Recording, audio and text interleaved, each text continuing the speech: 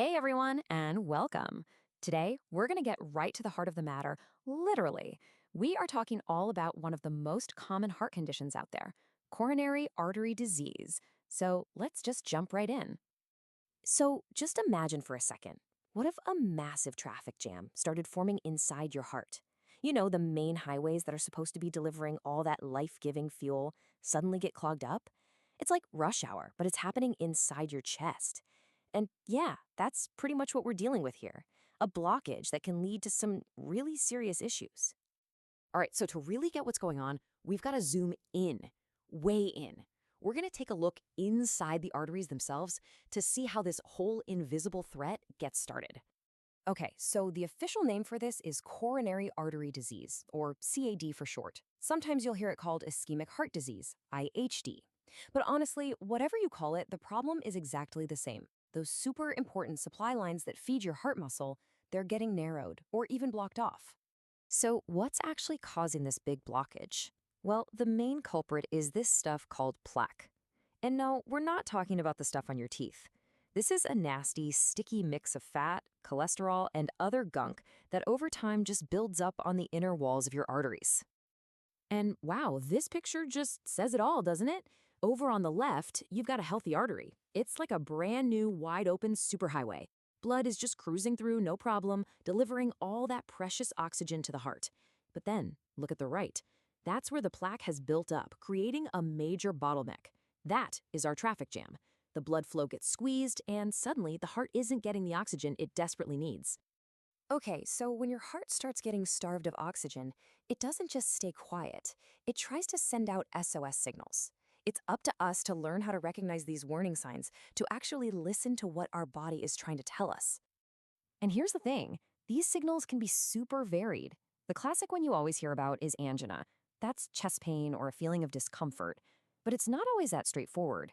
Your body might be yelling for help with things like shortness of breath, or just feeling wiped out all the time. You might even get dizzy or start sweating. And sometimes the pain isn't even in your chest.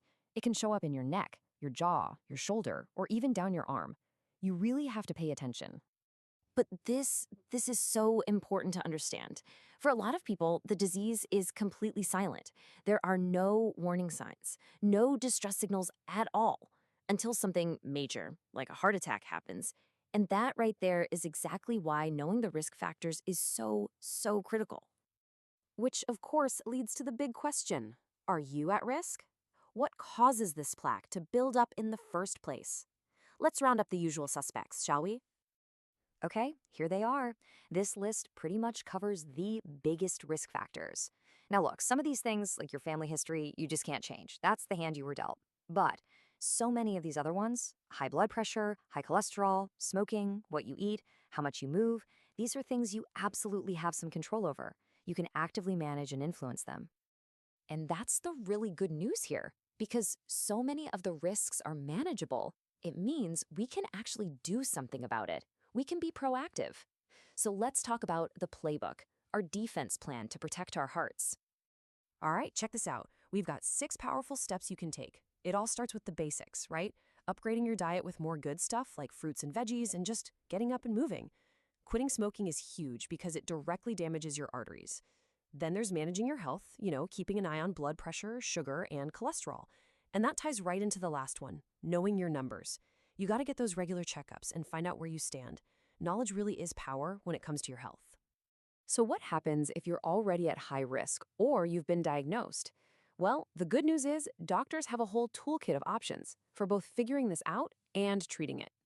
The approach is usually a combination of things. You've got medicines that can help lower blood pressure, bring down cholesterol, or prevent clots from forming. Then, of course, all those lifestyle changes we just covered, they are absolutely key.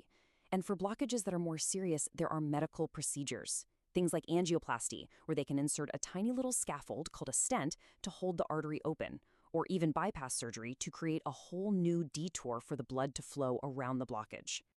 So if you take away one single thing from all of this, let it be this. This is not a hopeless situation, not at all. Medical experts are clear on this. Coronary artery disease is preventable and it is treatable.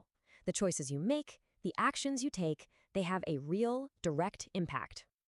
And that really brings us right to the end here.